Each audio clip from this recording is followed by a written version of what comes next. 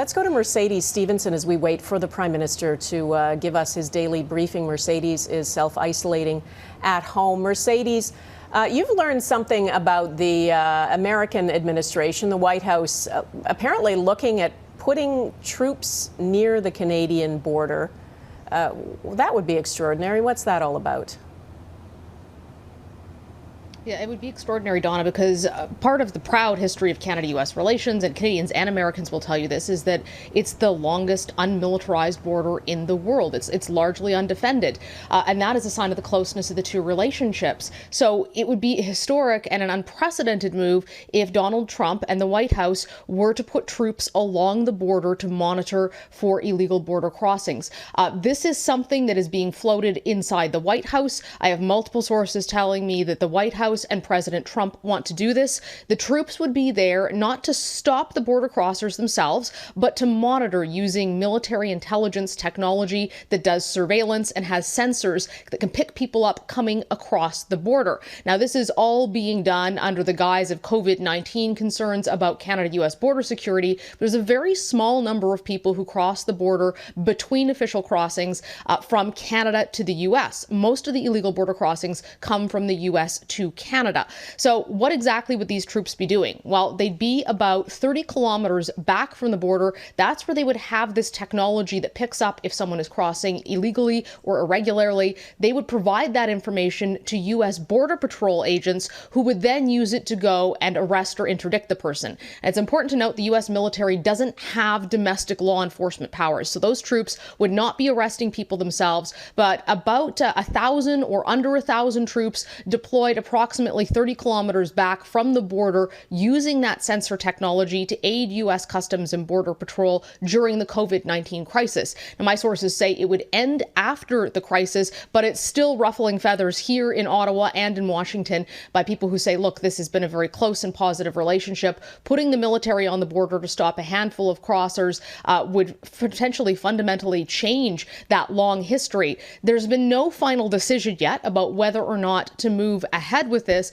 but I'm told that officials in the Trump administration and in the White House very much want to do this. There have been discussions ongoing with Canadian officials. It's not clear if there's been official briefings yet, but I do know that senior Canadian officials know about this and have been engaged in talking to their American counterparts. So again, that would be U.S. troops helping U.S. Border Patrol to monitor for illegal crossings, but it would be a move that would completely change the history of that relationship. And one more caveat to put in there, Donna, they wouldn't be at official border crossings. So if someone was coming across, at the Peace Arch or on the Ambassador Bridge, they would be between those official border crossings to monitor for people who are trying to squeak through.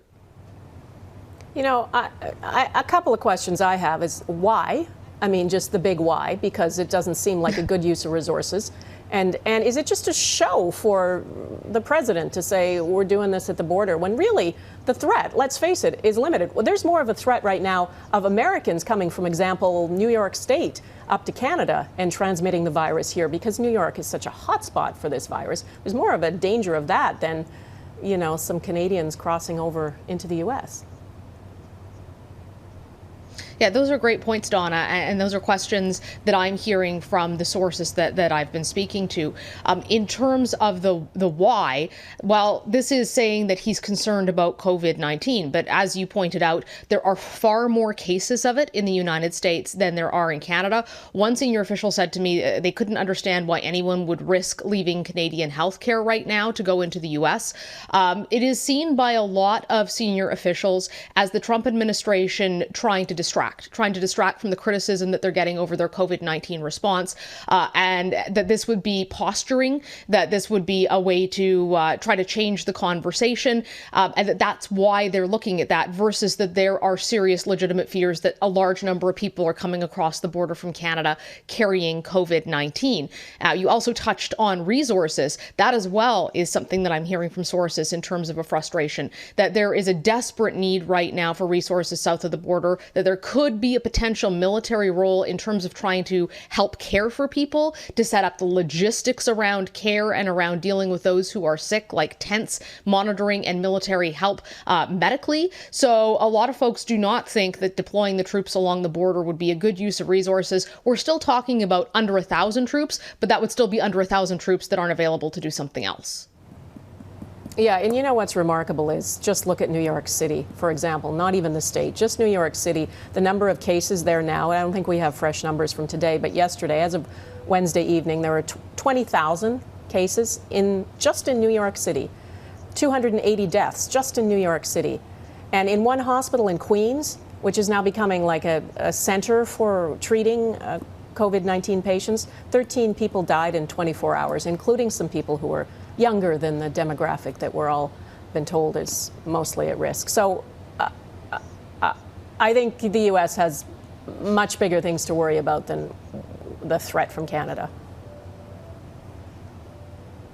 Yeah, and I didn't find a single source who thought that there was a serious or legitimate threat from Canada.